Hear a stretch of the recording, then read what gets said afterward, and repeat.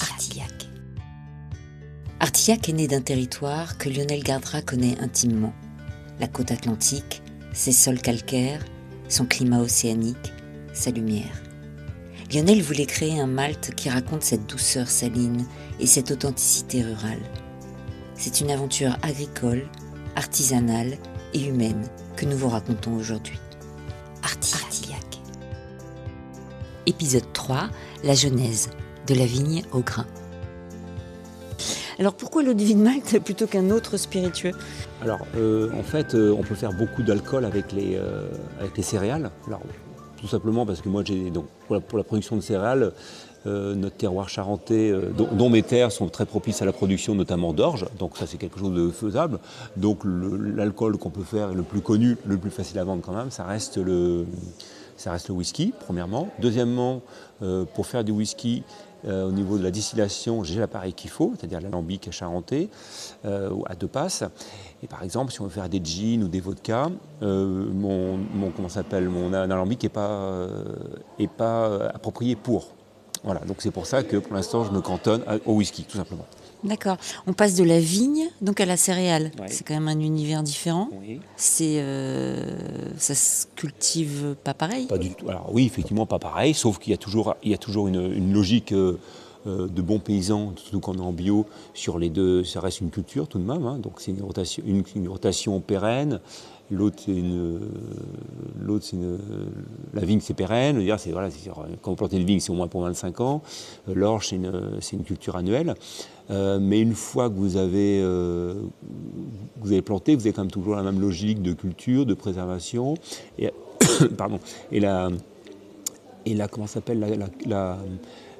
effectivement, la transformation pour faire du vin, entre le raisin et le vin, est différente. Mais après, une fois que vous avez le produit final, c'est-à-dire que une fois que vous avez le vin, vous avez le wash. Le wash, c'est-à-dire que la céréale qui est transformée en alcool. Bah là, c'est la même chose, quoi. Vous avez les mêmes réflexes de préservation, de soins. Et après, la distillation, c'est quasiment pareil. Ouais. Vous aviez une expérience de distillation avant de vous lancer ? Ah bah oui, bien sûr. Ah bah oui, bien sûr. Mon alambic, on l'a depuis 1974. Donc je distillais moi pour faire mes cognacs depuis 20 ans, voilà, donc pas de problème. Ouais. Donc c'était presque un développement logique ? Oui, alors, il a fallu adapter la méthode parce qu'on ne distille pas du wash. Le wash, c'est la bière qu'on appelle. Voilà. On ne distille pas du wash comme on distille du vin. Il y a une adaptation sur certains points, mais autrement, ouais, c'était assez rapide. C'est ça en fait, le facteur déclenchant, c'est que je me suis aperçu que j'avais tous les éléments à portée de main pour faire du whisky. Voilà. Donc c'est pour ça qu'on est allé vite. Ouais. Et ça nécessite une formation supplémentaire ou... Alors, peu au feeling. J'ai bouquiné un petit peu, j'ai rencontré des personnes qui ont été très, dont je remercie, qui m'ont ouvert leur connaissance. Et donc ça c'est franchement bravo. Et après, d'ici au mois de janvier, dans un mois, je fais un stage d'approfondissement sur le whisky. L'eau de vie de Malte artisanale, c'est encore rare en France ? Ça dépend de ce qu'on appelle artisanal. Nous,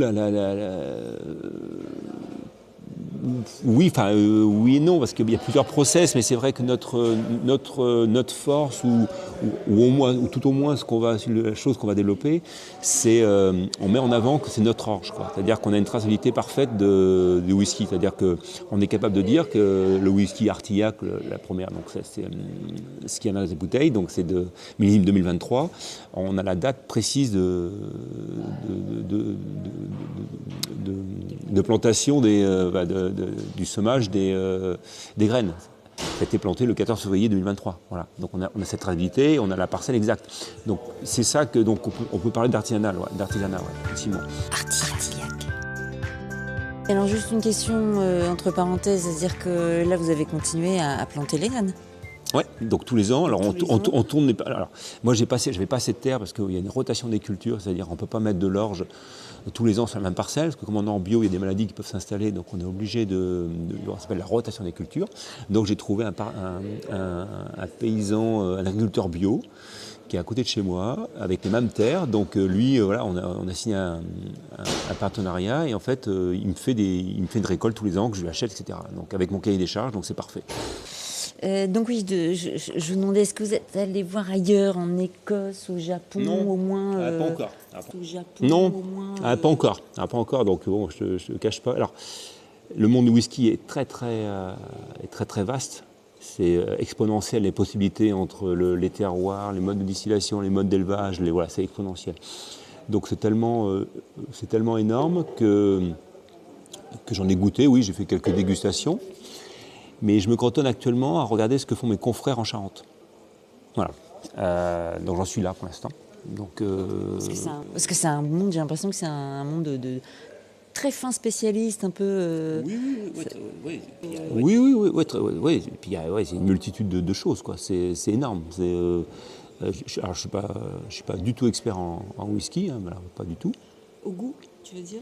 Oui, non, je ne suis pas un expert du tout. Hein, je veux dire, moi, en toute honnêteté, j'en buvais pas. Et donc voilà, donc je m'y mets un petit peu pour voir ce qui se passe. Mais après, j'ai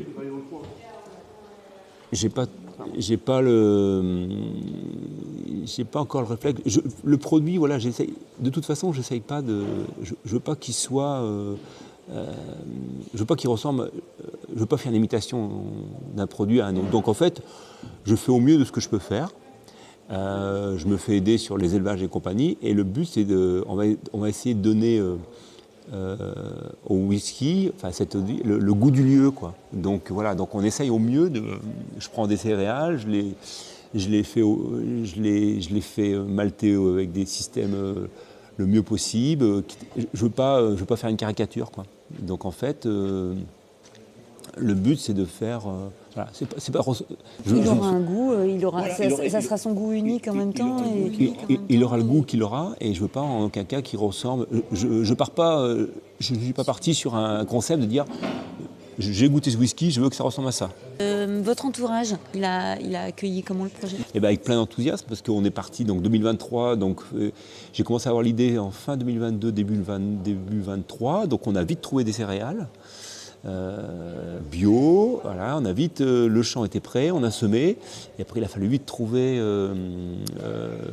les herses qu'on n'avait pas, on a trouvé à droite à gauche, on s'est vite débrouillé, on a eu la chance parce que le 2023 était une très bonne récolte pour les céréales, et après on a récolté en juillet, après j'ai trouvé le système de stockage, etc. Enfin c'était pas simple tout ça, mais bon on a réussi. Et puis on a l'aide aussi. De l'aide, oui, mon équipe, l'équipe qui travaille chez moi, il n'y a pas eu de souci, m'a aidé. Voilà, bon, c'est une belle aventure.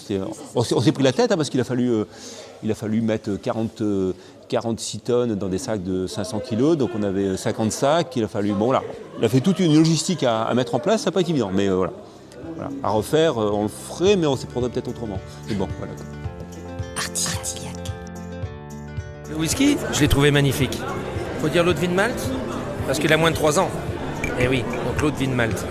Artillac. De la vigne au grain, du vin à l'eau de vie, Lionel Gardra, c'est d'abord un homme de la terre. Retrouvez tous les épisodes du podcast Artillac sur Apple Podcast, Deezer, YouTube.